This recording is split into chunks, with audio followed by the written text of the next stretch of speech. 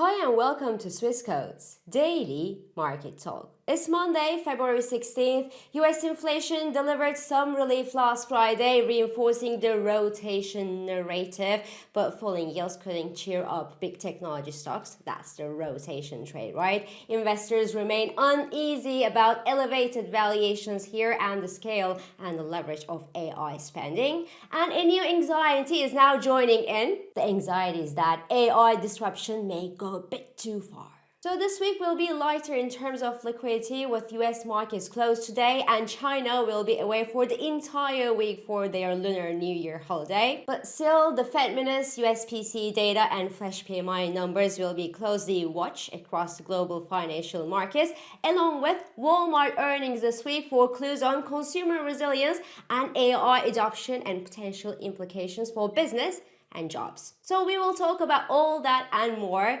but before we do, please keep in mind that opinions are my own and this is not financial advice.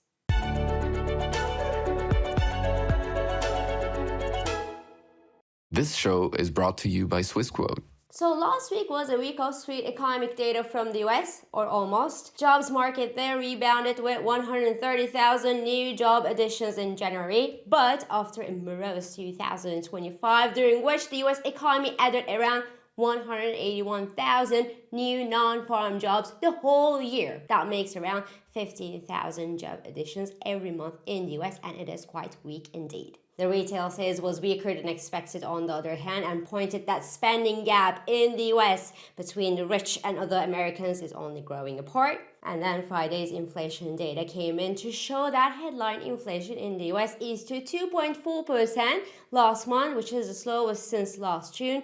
Core inflation returned to 2.5% level, a level that was last seen in 2021. So the data was mixed. Some parts were good, some parts were less good, but altogether gave some breathing room to global financial markets as dovish Fed expectations came to counterbalance the AI-related fears, at least for a session. The US two-year yield fell to 3.40% level, the lowest level since October, as the probability of a Fed rate cut rose to 70% for the month of June. The US dollar remained under some downside pressure on Friday. The greenback is better bid this morning in Asia, mind you, but this dovish Federal Reserve outlook should somehow keep the US dollar under pressure still. It's just that this morning, the softer than expected growth data from Japan is somehow waiting on the Japanese yen after a 5-session winning streak last week, and the latter makes the US dollar look a little bit stronger, probably a bit stronger than where it should be otherwise. Gold, on the other hand, kicks off the new week with a move below the $5,000 mark. A part of it is due to a marginally stronger US dollar. Some say that the softer US inflation is also taking some pressure off the yellow metal, which is traditionally hedged against inflation, remember. But I personally believe that given gold's high correlation with risky assets these days, especially over the past few weeks, a gold retreat this morning could eventually be a sign that appetite across risk assets globally remains quite weak this Monday morning, and that investors should be careful. In all cases, the Chinese are off to their Chinese New Year holiday this entire week, which will give us a precious hint in the metals market on where appetite is standing at today and how prices will be moving when they, the Chinese, who have been buying precious metals frenetically over the past few weeks and months, are not there. Elsewhere, the Nikkei is down this morning by 1%, while the Kospi index is consolidating gains near an all-time high level, while US and European future markets are pointing at slight gains at the open, with FTSE 100 futures leading gains at the time I'm talking here. Now, I expect this week to actually bring in further capital inflows into the European defense sector, guys. Yes, as the weekend security talks among Western allies were actually marked by two notable points. One, the US highest representative was not there. And two, German Chancellor said that Germany and France are now in talks on nuclear deterrence. And given how strongly the Europeans have been relying on the US for security of the continent, Germany doesn't even have an army since the World War II. The huge hole that's left with the US departure will have to be filled in, and filled in fast. So that means that the European defense stocks will likely to continue to benefit from decent inflows. What's less likely, however, is what will happen across the technology stocks. Because one of the most interesting and notable moves posterior to Friday's US inflation data was the divergence between the technology and the rest. Falling yields sure helped lift sentiment in many sectors in the S&P 500, but couldn't cheer up the big technology buddies. The Magnificent Seven extended losses by almost 1% in Friday's trading session. The S&P 500, on the other hand, was flat, but the equal-weighted version of the S&P 500 index, where all companies are given the same exact weight, rebounded 1%, meaning, in simpler words, that the rising dovish Fed expectations only reinforce the rotation trade. Elsewhere, the software stocks that have been rattled all week took a breather on Friday after a catastrophic week, really, but appetite there remains very fragile right now. So overall, last Friday's post-CPI relief was very much welcome by investors, but the reasons that fundamentally keep investors up at night remain unchanged, unfortunately. Appetite in big technology continues waning. The massive and increasingly leveraged AI spending, AI investment actually cast a shadow on shiny fourth quarter results, remember?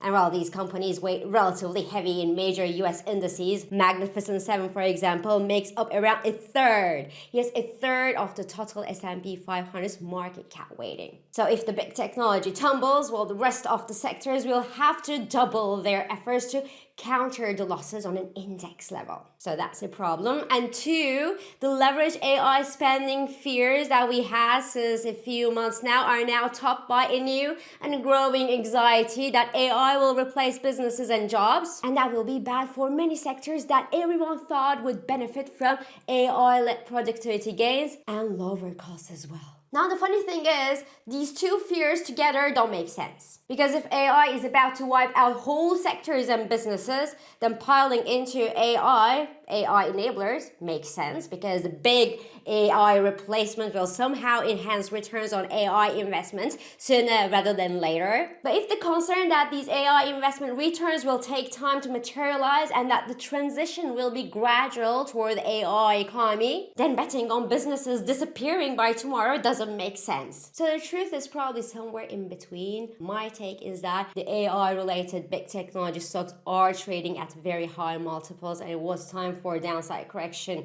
as we have been calling it for a while, and we will likely see these stocks correct further down, meaning a 10 to 20% sell-off is well plausible. And elsewhere, the AI anxiety and the sharp sell-offs that we see across sectors look somehow exaggerated, and many companies will actually be benefiting from AI productivity gains and lower costs. That is a certainty, and that would lead to consolidation, but not necessarily a disaster and all businesses disappearing, because all businesses will unlikely disappear overnight because of AI. So I expect that some gems are probably trading at serious discount levels today. Adobe, for example, has a PE ratio of around 15 right now. So all in all, the technology and the rest will likely see their valuations converge toward each other, and the sector rotation may help tempering the downside pressure, especially on index level. The smaller the technology exposure of an index, the softer the sell-off will probably be. Voila, that's my big take at the moment. Looking ahead, this week will be relatively light. The US markets will be closed today, and China is off to their Chinese New Year holiday the entire week. But there will still be a few data and earnings to watch this week for those of us who are still here. In the US, the Federal Reserve minutes on Wednesday and growth and PC update on Friday will be the major releases. In the UK, jobs and inflation data will be in investors' focus. In New Zealand, the Reserve Bank of New Zealand is expected to maintain its rates unchanged on Wednesday. And the flash PMI figures will give a hint on activity levels by the end of this week. On the earnings front, Walmart will be a very interesting place to watch for investors as the company may act as a dual indicator regarding the US consumer health on one hand and AI integration and possible implications on business and jobs on the other hand. So we will be talking about all that this week, but this is all for this Monday. I'm İpek Özkardeşkaya and thanks for joining me and thank you for all your beautiful and supportive comments. I hope this episode of Market Talk has been helpful and it has been insightful to you. So please do not hesitate to leave your comments, your reactions, and your questions below as usual. Follow us on Instagram, on X, on LinkedIn, but also on WhatsApp, Threads, Telegram, and Blue Sky for regular market updates. Subscribe to our YouTube channel for daily market comments. And please don't forget to hit the like button on these videos to let us know that you enjoy them. So I will meet you again tomorrow. And until then, good day trading. Trading and investing carry risks, including capital loss. CFDs in digital assets are volatile and not suitable for everyone. Swissquote assumes no responsibility for accuracy or losses from its use. Products and services are offered only where legally permitted.